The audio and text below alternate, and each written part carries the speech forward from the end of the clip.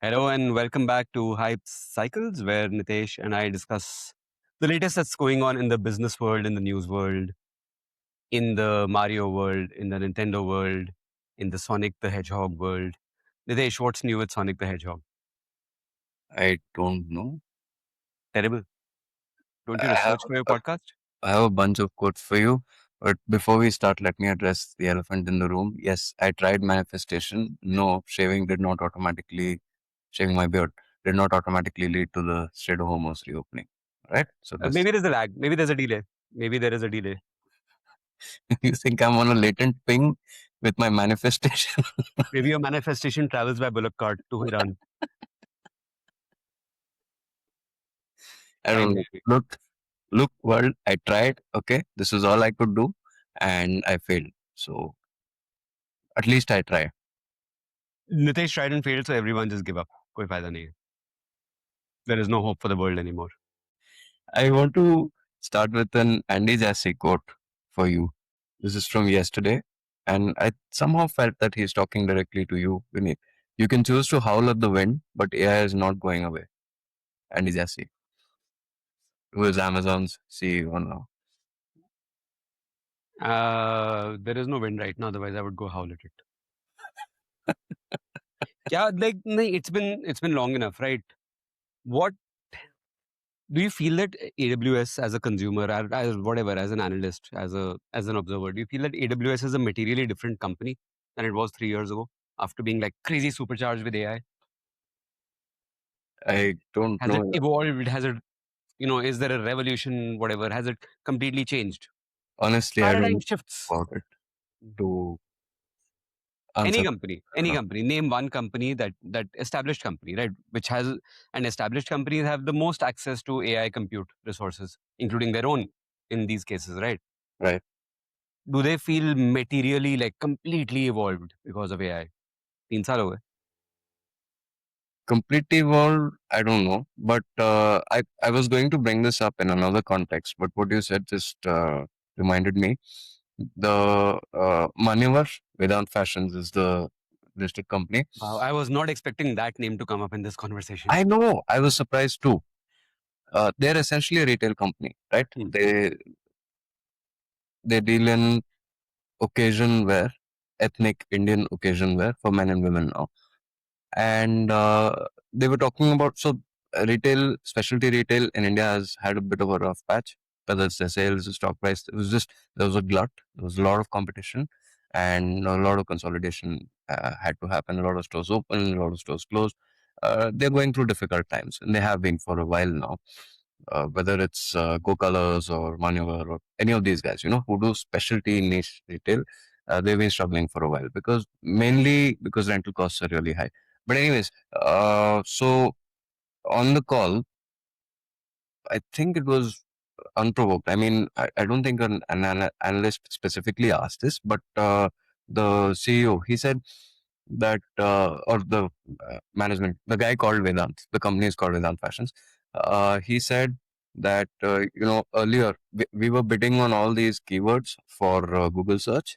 So we were bidding on a really long tail of some, I think he said some 7,000 words, something like that. Okay. Don't quote me on the numbers. And he said earlier the top management would approve any changes in bids or whatever for the first 200 words, I want to say.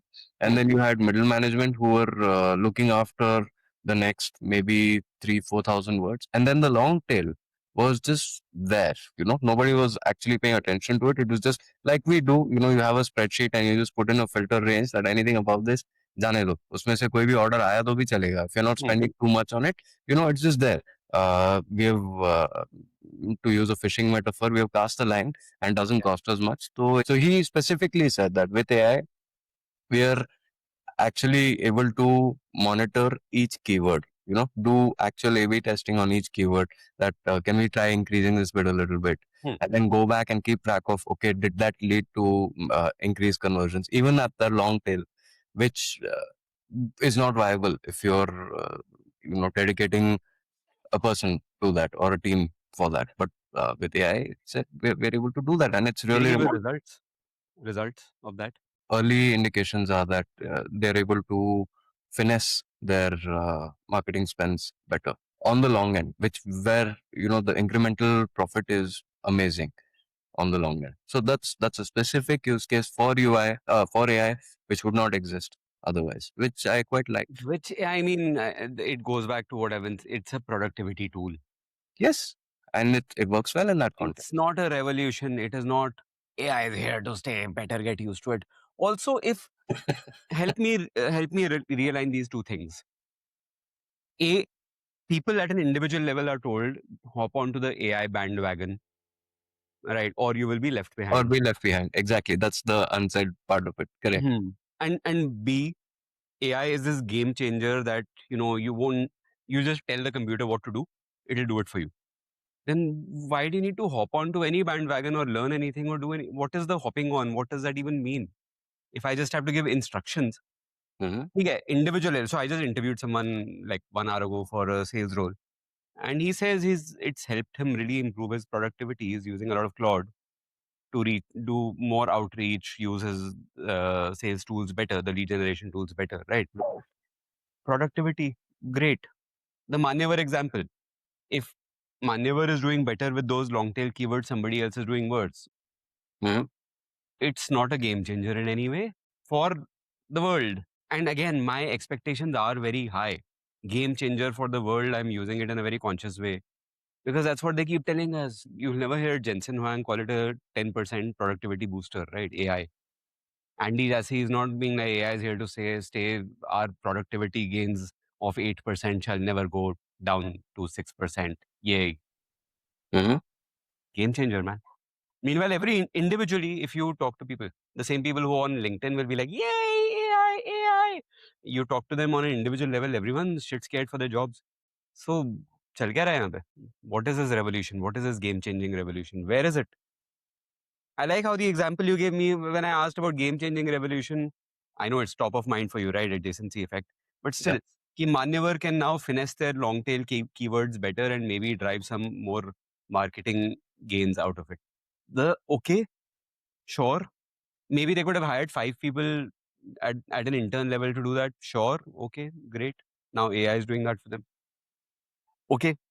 More than recency wise, my reason for bringing that up is I see this as an early indicator of the hype moving past the technology firms and the enablers Hmm. to the actual people outside the bubble itself, you know, Hmm. and saying, okay, this has a role to play in our organization, which is as traditional and as old school and as offline as Hmm. it can get. I This is where the actual productivity gains will come from, right? This is where the actual world changing happens. We are Productivity gains, sure. no, no, Productivity no, no. gains Wait, are wait, wait. not the world Let me changing let part. me finish that thought. Sorry. Sorry. We are a fundamentally different society Hmm. than we were before Excel. Agree? Hmm. Yeah. Even if AI just does that, just performs the role that Excel now does in all our lives, seen and unseen, and that we just take for granted, it would still be a major, major shift, wouldn't it? Sure. But at what, like, nobody can talk about anything but AI.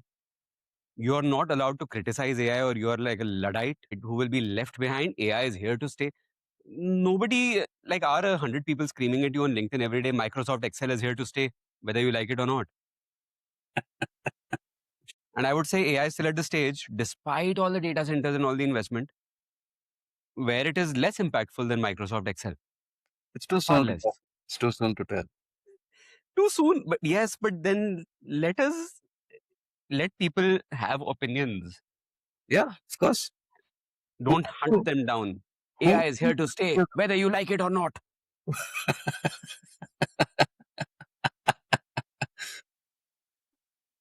okay. Too soon to tell. What he said is not too soon to tell. It's very different from too soon to tell. No, I'm saying it's too soon to tell. Huh. I wouldn't presume to speak for Andy. Yes, we are also on first name terms. And AI is here to stay, whether you like. That means nothing, by the way. I bought new Hawaii chappals last week. They are here to stay whether I like it or not. Well, I like them. Right, they're good. I mean, what does that mean? AI is here to stay whether you like it or not. What does that mean? How are we supposed to parse that statement other than like what, a threat? What is it supposed to mean? What does that statement even mean? I don't know. I shouldn't have brought it up. I get irritated with these statements. Like, what? Seriously. They mean nothing. They're hollow. Yeah. On that happy note, Let's just get to it. Unless you have something you want to no. I think let's get to my story, share. which is that AI is here to stay whether we like it or not. No, CPUs. Yeah. So yeah, AI is leading to gains, biceps, triceps gains, all kinds of gains for all kinds of firms. Hmm. Intel has been seeing crazy rallies.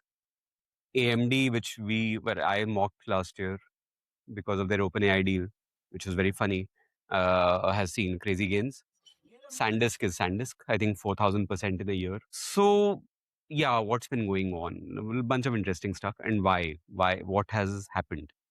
After many years of Nvidia being the only one to sort of be the darling of the stock market, Hmm. now worth more than 8% of the whole S&P. My story is a bit of a discussion on that. What is going on and why? Any initial thoughts? Anything that's been like you've been wondering about the story? I would like some nuance on whether it's alternate chip makers or chip designers or chip design architecture that's offering a viable alternative to Nvidia, or is it downstream that the chip part of it, that trade has played out, and now we'll move to memory, which is what Samsung and Hynix are doing weekly all-time highs, week after week after week. Is it just that? Is it the second order effect of the semiconductor boom that okay, this trade is played out? Now, what is downstream of this? It's memory. What is downstream of that? So the It's hypothesis of most people is that this is downstream. कि एक flyover बना दिया over one bottleneck. Mhm. Now we move on to the next bottleneck. Next one. Yeah, because that's And usually where the gains lie next, right? If you're thinking as a hedge fund, for example, as a macro hedge fund. yeah, so it's basically exactly that. कि what is the bottleneck of the week? Let us pump up those companies. Mhm. And revenues are also rising, by the way. So one is a lot of talk is about agentic AI, which hasn't really played out yet, but we've been hearing, in fact, even the DoorDash problem, which we've discussed, the Uber Eats, the Zomato problem, right, is part of That that. was an incredibly prescient conversation, huh? Considering we had it what a year back or at least It's all over the place. very. And I still stand where I stood then. Ki it won't happen. They will never give up their real estate. Zomato will in fact try to say, I will also get you groceries, not just finished foods, right? Everyone will want to be the gatekeeper to the internet. X the everything app, right? We famously do all our banking transactions on Twitter these days. As Elon Musk had said, we will all be doing by 2024. So yeah, so as we are moving more towards talk about AI agents, I would not say that as we move towards AI agents, uh, it's moved from, okay, the GPU problem is sort of priced in already. Nvidia has risen only 15% in the last 1 year, only Only. 15%, Yeah. right? So once that is priced in, and I think there is a lot of unsaid, whatever, feeling that there's overcapacity already. There is this dichotomy that Nvidia does annual upgrades. So the latest and greatest GPU, which everyone needs to power their AI, is upgraded on a yearly cycle. Right. But anyone who's buying GPUs and putting them in a data center, optimistic assessments are 2 years before they go live. But reasonably, whatever was announced in 2024 is absolutely not live. Maybe 2 or 3% of them are live right now. Mm-hmm. Right. So therefore, practically they take 3 years to get into operation. If that, we still haven't seen that, by the way. Even the 3-year-old capacity is not full, announcements are not fully live right now. Right. So it's a funny scene where these GPUs are being sold and will probably be depreciated to a large extent by the time they'll be 2 generations old by the time they go live. Mm-hmm. So where are these GPUs? One is, yeah, they'll already be depreciated. So maybe there's already overcapacity. And do we really need all that? Do we need annual upgrade cycles? Who's going to be buying them? Mm-hmm. So Nvidia is sort of already maybe peaking unless some major shift happens. Right. The second is, where are these GPUs actually going? Are they being stored somewhere? And by the way, Satya Nadella actually said that our constraint is not GPUs. He said this in an interview, I think, in 2025. It is setting up these data centers and getting the energy to power them. The infrastructure around the GPU. Yeah. Yeah. And energy is a huge one. Energy is not just the buildings and the networking and everything. The Mhm. energy is a huge challenge. So therefore, a lot of these GPUs are then just being stored somewhere, ready to be depreciated out and maybe written off by the time they go live.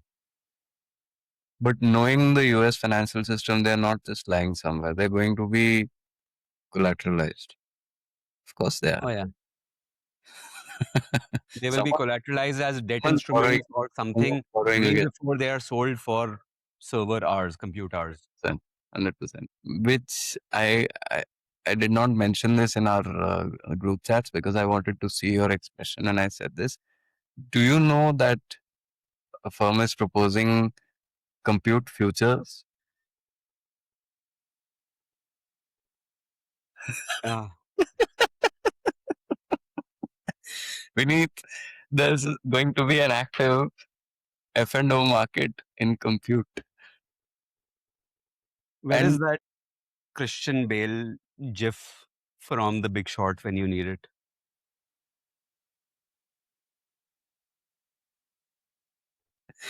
no, it Oh, man. should be the other guys, right? You're right. It's a bubble. Short it out right now. Michael Scott going. Well, not Michael Scott, whoever Michael Scott is. No, he is now Michael Scott. That's it. We are done. Yeah. Uh, so for the uninitiated, futures. If you're a potato farmer, all right, you're going to put in the crop right now, and you're going to harvest it in. I don't know what the harvest cycle for potatoes is. Let's say a year. All right. Now, you know the price of potatoes today. You know how much it's going to cost you roughly in inputs, in water and labor and fertilizer and whatever else over the next year to bring that crop to maturity. And, you don't want to live with the uncertainty of investing so much over the year and not knowing how much you're going to get for the crop a year from now. To offset that, the original intent of a future was that of a futures contract was that you could pre-sell your harvest and not have to stay up nights worrying every time it rained or the price crashed. It didn't matter. You have already pre-sold your crop at an agreed upon price, and if the price goes down drastically, it does not affect you. It's the buyer's loss, whoever bought that contract from you. And it works both ways. If the price suddenly triples, you are not going to get any of that profit. The additional profit. It's all going to go to the person who Hmm.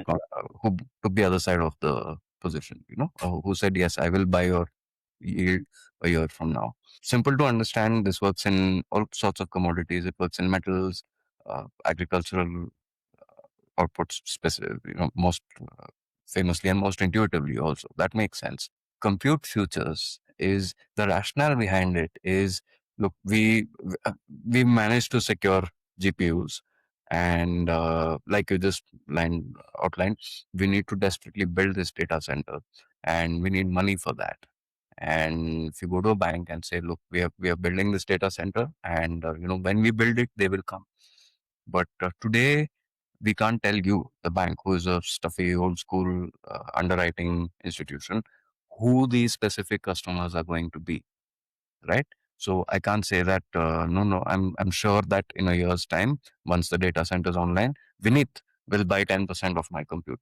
I don't know, because Vineet is probably still studying or hasn't even thought about the amazing AI startup that's going to evolve in the next year while construction is going on here, and is going to automatically emerge as the user of my compute. I don't know today who my customers are going to be a year, 2 years from now, but that's not an acceptable answer to a bank, right? So they're saying, no, you need to have contracts locked in that when you have all this capacity, who is going to buy it from you? And today the answer to that is someone we don't know. Promise? Yeah, Promise? somebody quick, somebody will, when the data center is ready, the buyer will emerge to Sam है, Sam खरीद लेगा. to twist that Sam खरीद लेगा. Sam will buy everything. Sam and Dario will buy everything. वो बैठे हैं. to twist the Zen proverb that we don't know yet, but koi na koi to aega, somebody will come. And banks are like, fuck off. We are not going to put our money on the basis of your God promise. We are not going to give you money for that. So, as a way of solving this problem of the market trusts ke buyer aega, but a bank, the underwriting department of a bank is not willing to take that leap of faith. So they're saying, "Hum futures karenge." These data center, the people doing the build outs of the data centers can pre-sell compute. So you're going to have an actively traded market in compute. This is absurd on many levels, but I'm also excited because you're going to have a visible, trackable dollar amount price for compute that's going to be public information. It's probably going to end up in an ETF or something. I don't know. It's going to be tradable. It's going to be hedgeable, and it's it's going to do price setting. For the whole world. What should a unit of compute cost around the world? I'm really excited for that. As fucked up as it is, and as the all kinds of alarm bells that it rings in my head, it's still going to be fascinating to have that information out in public. It'll remove some of the obscurity around what AI can cost, does cost, should cost. I don't know. When do you think this will go live? They're awaiting SEC approval, I think. That's what I read. But now that the idea is out there, even if they don't get approval, somebody will. That's just the way the US financial system works. Compute I futures. mean, these Compute. these guys approve SPACs, तो ये तो कुछ भी नहीं है. At least कुछ तो है underlying. SPACs में तो कुछ नहीं था. So I'm excited. हो जाएगा ये. It'll be fun. Compute futures is bizarre timeline. Nobody thought to do this for cloud, which had actual tangible. I want to pre-buy storage a year out. Because I don't know, maybe storage will get expensive. I want to hedge it because I'm a large consumer of compute. That is the other side of the equation. If large companies are committing that we are going to do this much AI usage, it makes sense for them to lock in compute now at these prices. That's the beauty of it. That's why this is inevitable. There are people on both sides of the trade, and that's all you need. हो जाएगा, मजा है. Everything is inevitable. कौन था वो original? Thanos. Yeah. Anyhow, back to the story. Compute. Wow. That's why I waited to preserve that expression for posterity. Yeah, but also for the 6 people in the audience, I do know who Michael Scott is. Do not leave angry comments. Actually, leave angry comments. Engagement is all good. Leave angry comments. नहीं पता मुझे Michael Scott कौन है. नहीं पता. I have never heard of Steve Carell. I have never heard of The Office. I just know Michael Scott. I am dumb. Leave comments. Leave angry comments. Engagement. So yeah. So AMD. One second. Huh. Steve Carell's best performance was Little Miss Sunshine. That's a good movie. Oh, so good. So AMD CEO Lisa Su on the first quarter earnings call said that she expects the server CPU market to grow more than 35% annually, reaching $120 billion by 2030. So they're seeing crazy demand. The projections have doubled over the last 6 months. Revenue has grown 38% year on year. Data center revenue has hit $5 billion, $5.8 billion. And free cash flow has tripled. So therefore, AMD stocks have risen a lot. Intel has surged 240% year to date. Basically, yeah, so the GPUs have been priced in. And of course, the RAM has been priced in because RAM shortages last year led to crazy rises. SanDisk, etc., etc. Micron has crossed the $800 billion market cap for the first time. So next, then what is left? So there is the layer one was GPUs, and AMD also fits here. So Nvidia is up 73% in the last year. AMD is up 200% plus in the last year. Layer 2 memory and RAM Micron, SanDisk, Western Digital up 300%. Hynix is up 11% in a single session in May. Ah, Samsung up and 6% in a single session. that's remarkable because it's not a small cap.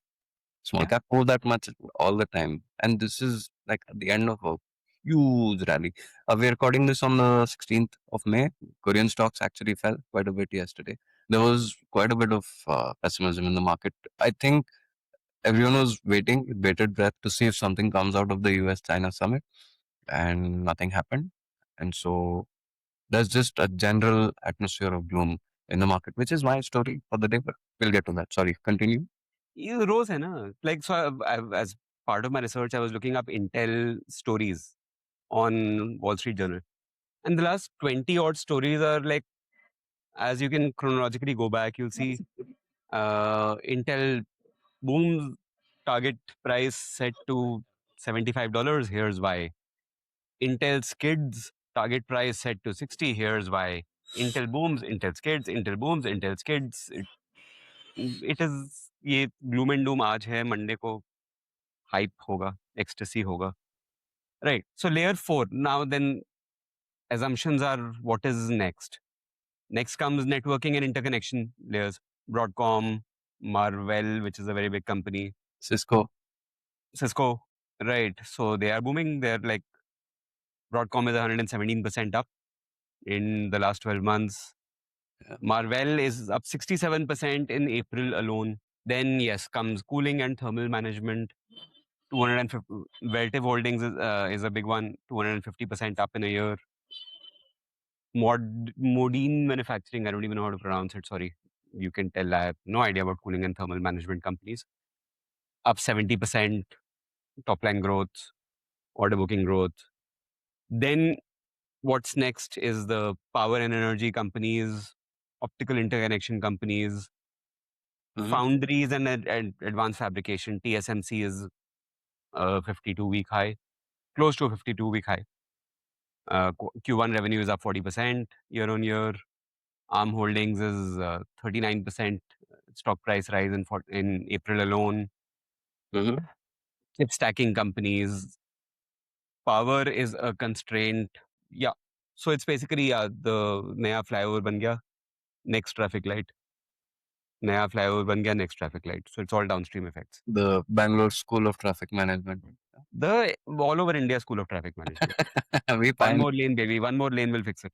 We pioneered it. So that is that downstream effects being seen. India में none of these things exist. So obviously this is for our Indian audience not investing advice anyhow. ये सब बाहर की बातें हैं, Mhm. दुनियादारी की बातें हैं. We are nicely in our insulated little cocoon. Are you setting me up for my story? We've already done this story, right? कि we are in a nice insulated little cocoon. We are not. We are too bachas to be exposed to the world of global investing. Yeah. So, this is not investing advice.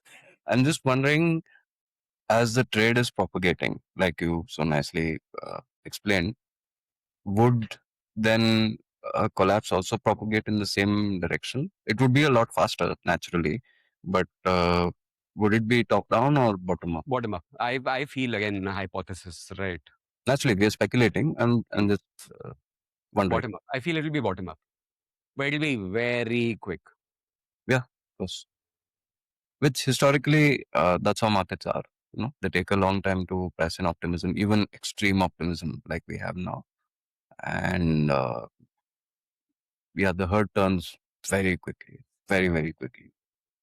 There That was is, this thing, right? Like so WorldCom time, like phantom contracts, right?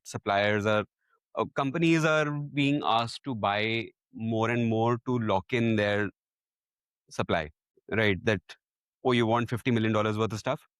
You better by, give me an order for 100 million. Otherwise, you won't get your 50 million yeah, worth. I'll put you down the line. And so companies were doubling up. And suddenly, when they realize that the overcapacity is already here in one quarter, that all then goes back upstream. So, yeah, that's how it seems in my head. Actually, what is my head? It's just stuff I've been reading. So, yeah, that's what it seems like.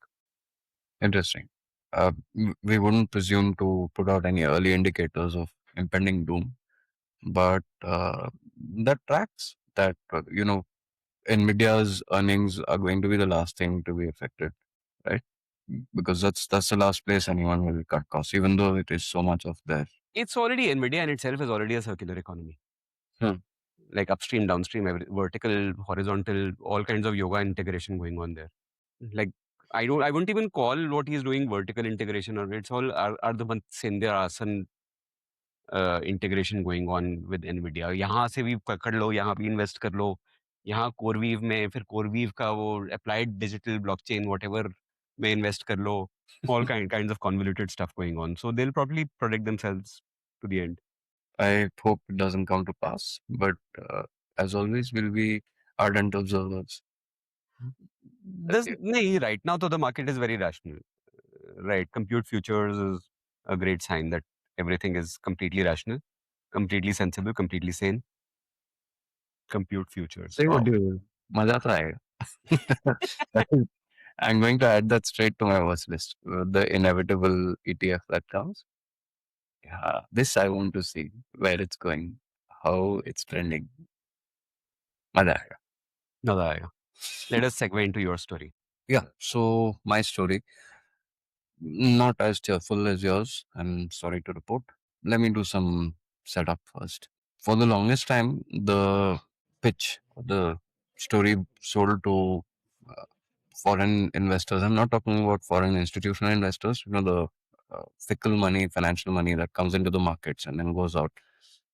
The pitch to foreign direct investment (FDI) was that come here, set up your car plants here, like the pitch to Ford was. We are a market of 1 billion consumers, right? Come here, build here, and you have a ready-made market, and for all sorts of products, the ultra high end to the like for a solid 10, 15 years, the story was that we have an emerging middle class, right? With really deep pockets and aspirations and all that. Just that wonderful story, which did play out, maybe not as optimistically as was sold to these investors, as Ford will attest. But it was there. This was a market that was entering the global marketplace for the first time and in huge numbers. My point in saying all those words is that we've always been like our proposition has always been consumption. Like we are a market of consumers. We never sold the manufacturing story like Hmm. China did. That come here and manufacture here for the world. We never said that. We said, come here, manufacture here for here, consumers here. That was always the positioning that we are a market of consumers. So in that context, and with like a 10, 15 or 20-year horizon, as badly as the market reacted, the Indian market, and as much as there is a general atmosphere of pessimism right now in financial media, in even like the general media, I think the Prime Minister's statement that we he was basically saying that we are entering a time of austerity, right? Because it wasn't any one thing; it was broad based, reduce consumption, uh, conserve fuel, don't buy gold, don't travel abroad. This is a really big deal. I know it has been said ad nauseum that it is a big deal, but I think that's still an understatement. It's a really big deal for a consumption driven economy to acknowledge that it needs to slow down consumption because that's all we have meaningfully for the numbers that we need. That's all we have. And I hope that I'm just being alarmist, but it looks really bleak to me. The probability of a very difficult, at least 12 to 18 months going ahead is starting to look very real to me because if you have consumption going down and inflation going up and the currency weakening and interest rates going up, this is not the sort of thing that can turn around quickly, because once sentiment gets affected, people who have money and can afford things also stop spending because they're hunkering in for tougher days ahead, and that just fucking feeds on itself.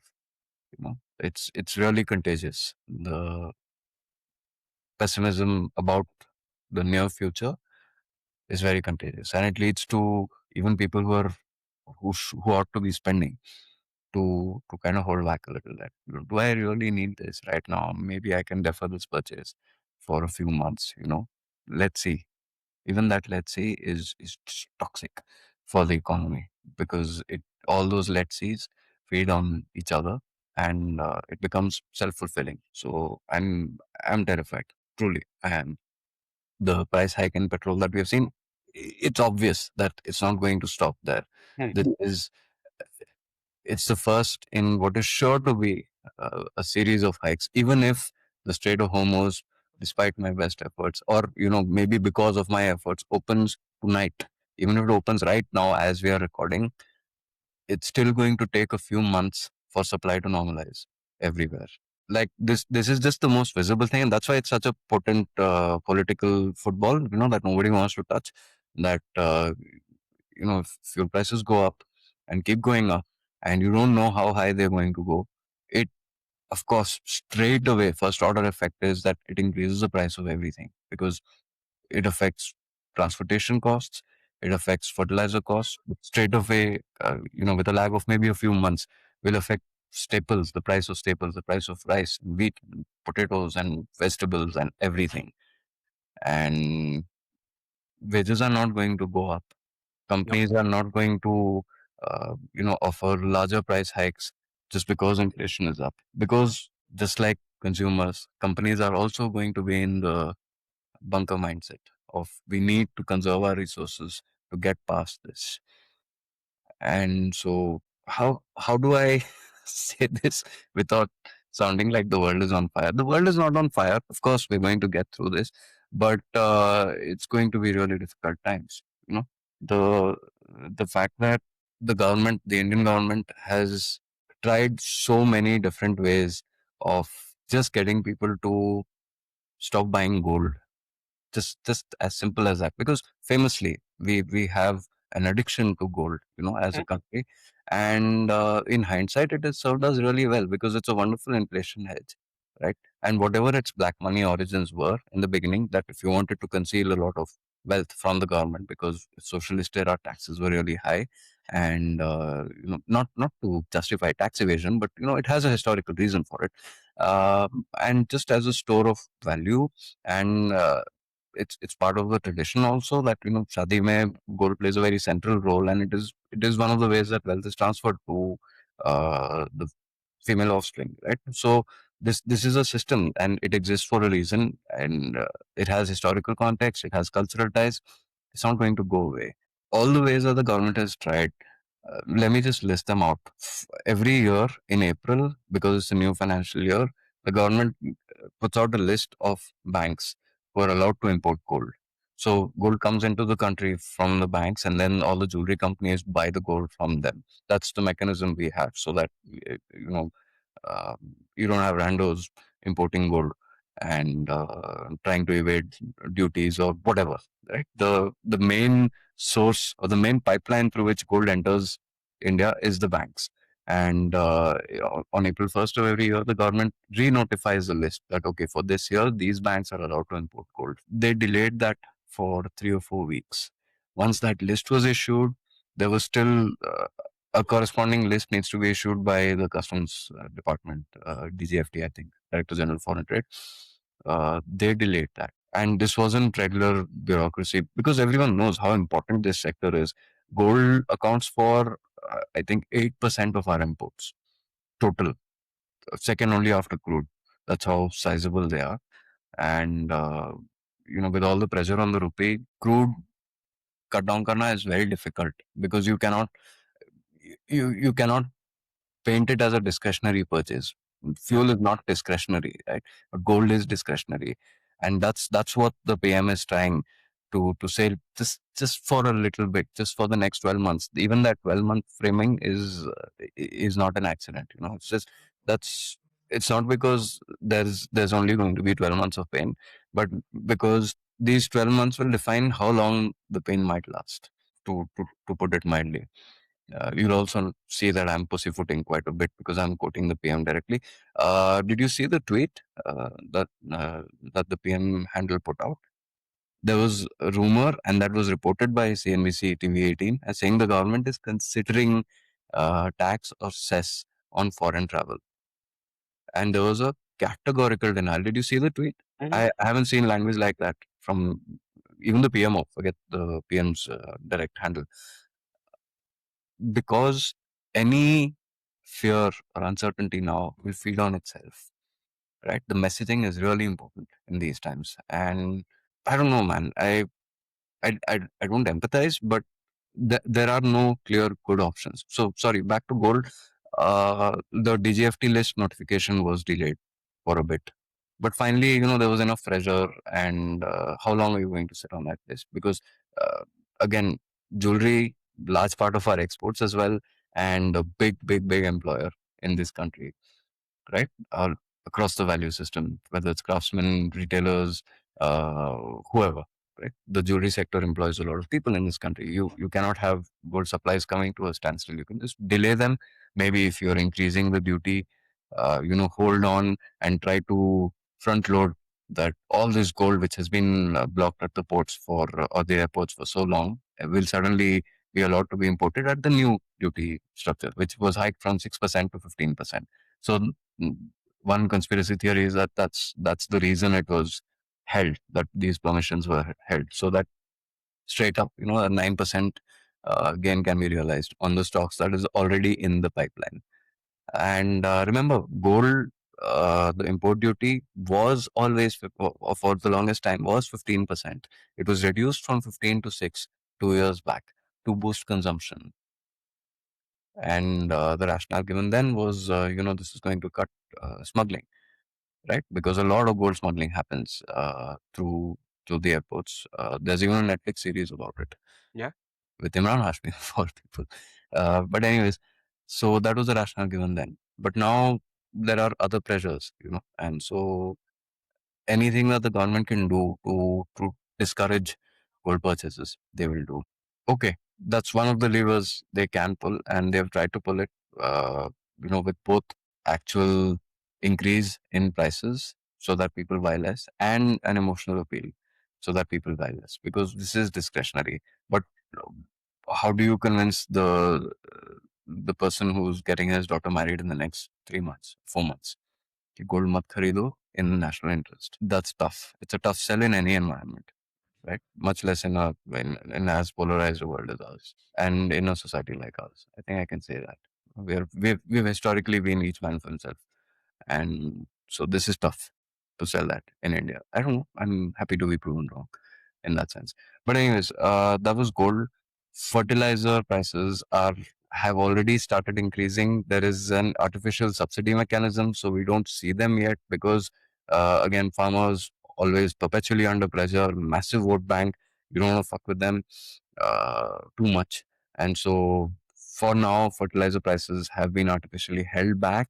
But if the full price increase, like in has happened in the case of petrol, if the full thing was allowed to flow through, it it would be devastating, right? And it'll it's actually bad enough that it would call into question food security. Like, do we have enough food to feed our Yeah, people? that is what I'm more worried about than even gold. Do we have enough food to feed our people? That is terrifying, because who's going to make the sacrifice, right? If there isn't enough food to go around, you just know it's not going to be the people at the top. It's not going to be them. And by top, I mean the top of the financial pyramid, not the administrative structure. So, And we terrifying. saw what happened to Lanka, right? When they said, "Oh, we will go organic." Yeah, that first of all, you need industrial size yields. That's not going to happen. And second, even if you do, these things take like 10, 15 years to play out. You cannot turn around an aircraft carrier on a dime. You can't do that. These things take time. And if if you or if we as a country prioritized organic farming maybe 10, 15, 20 years ago, Exactly. maybe then we could say, look, here's a crisis, and here's how we have prepared for this. And while we didn't foresee this exact scenario, we were just thinking broader food security. And hey, but this works. It's like paying for your medical insurance every year And for the first 15 or 16 years, it pinches you, right? By the 10th year, you're wondering, why the fuck am I even paying this? I've never claimed single rupee. And, this is just an expense. Maybe if I just saved all of this up, it would cost me less than what the inevitable hospitalization will. But then when you actually make a claim, you realize, yeah, okay, this was important in hindsight. So it's 10, 15 years of pain and then a moment of realization of, oh yeah, I did the right thing. Tough to do, tough to sell in a political economy. Yeah, that's hard. Take crude, for example, strategic petroleum reserves.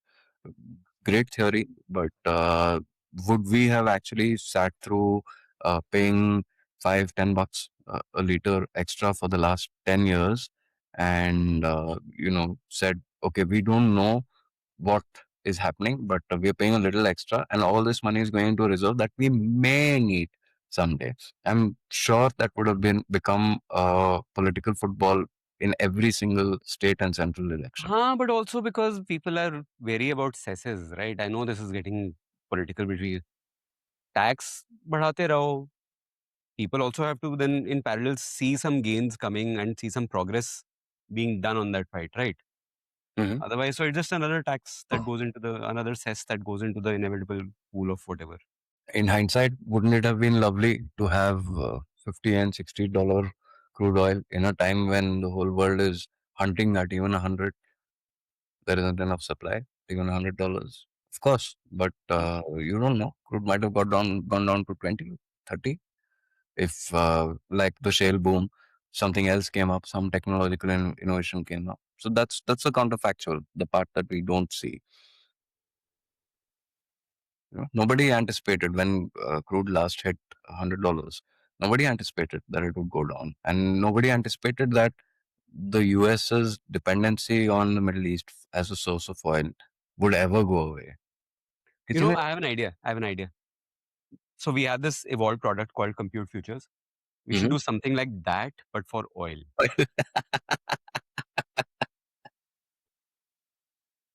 Has anyone ever thought of that? I don't think so. I think this is Oil futures. That sounds no man. The idea is too far out there. no, my idea. My idea. My idea. Everyone. Nobody's ever done it. Nobody's ever thought of it before. We live in a society, Vineet. You can't just dream of these things.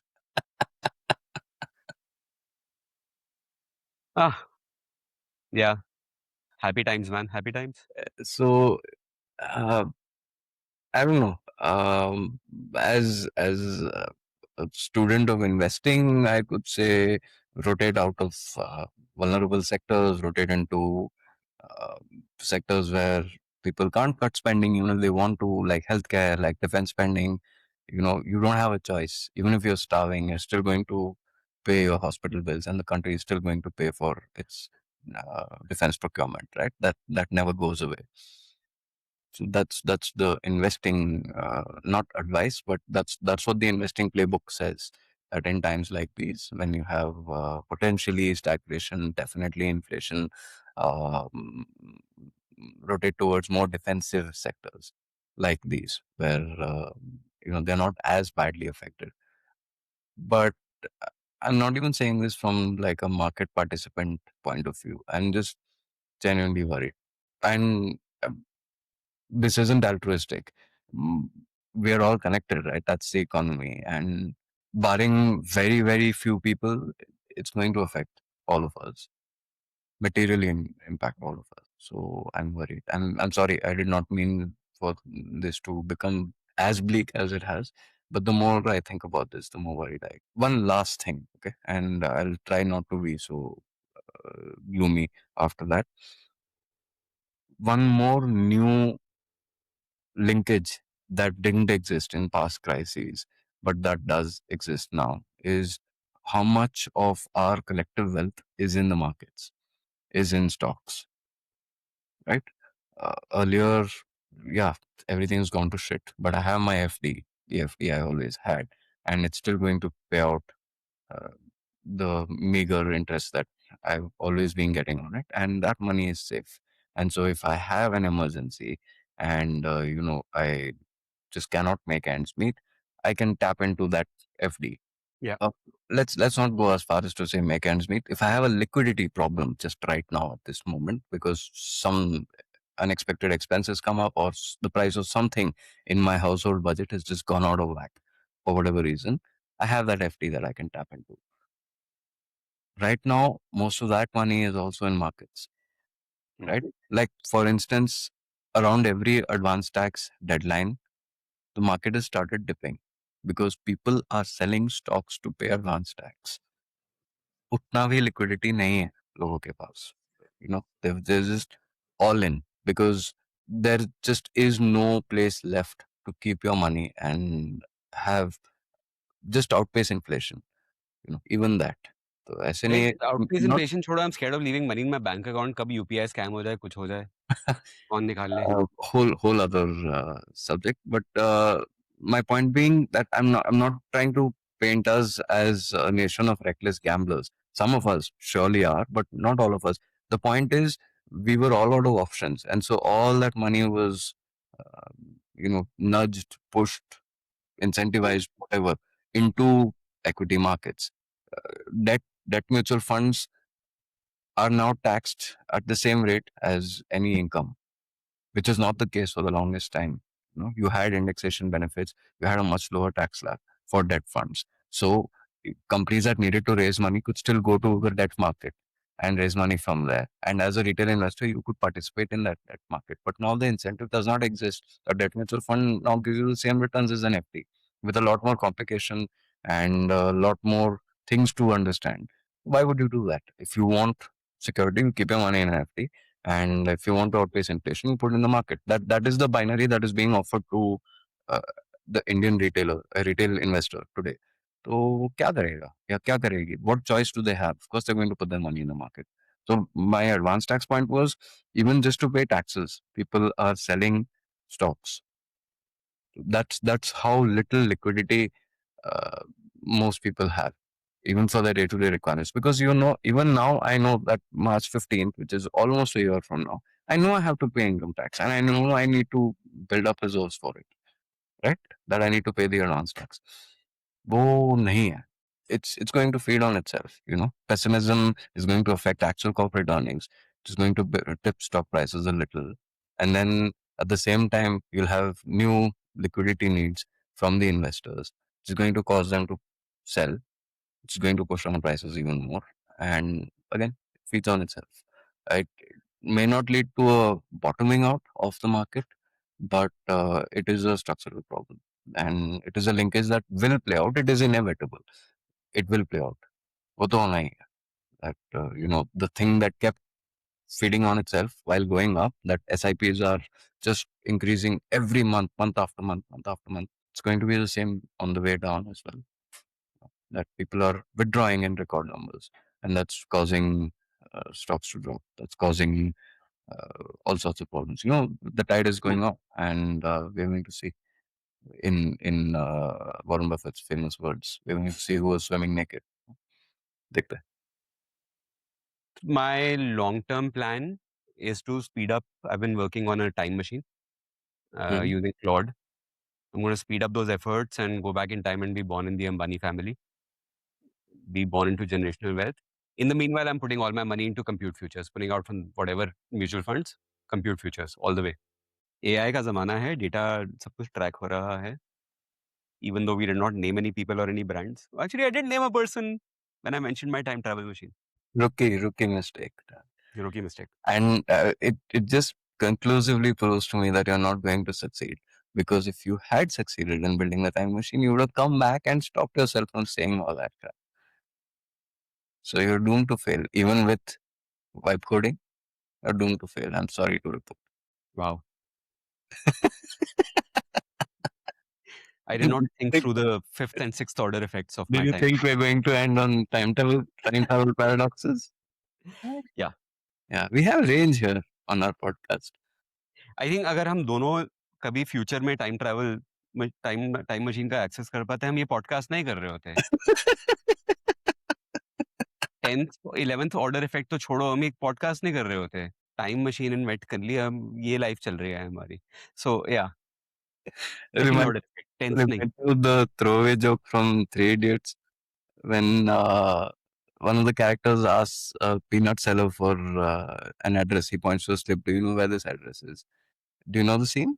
नहीं याद नहीं. He says, मुझे पढ़ना आता तो मैं चने बेचता.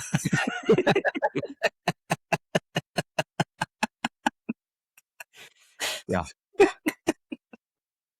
fair. मुझे टाइम ट्रैवल आता तो मैं पॉडकास्ट करता. That's a, I think on that happy note, before we get even happier news, let's put all our money in compute futures. And this is not investing advice. Let me not, I don't need to say that this is not investing advice. Categorically, and it is not doomsday advice either. I have been wrong more often than I have been right in life and on this podcast. So this is just my opinion, and I fervently hope that I'm wrong in all the sadness that I just spread around the world. Around the world to our billions of viewers. I Yeah. meant to say put out into the world, but yeah, sure, same thing. All See you, right. man.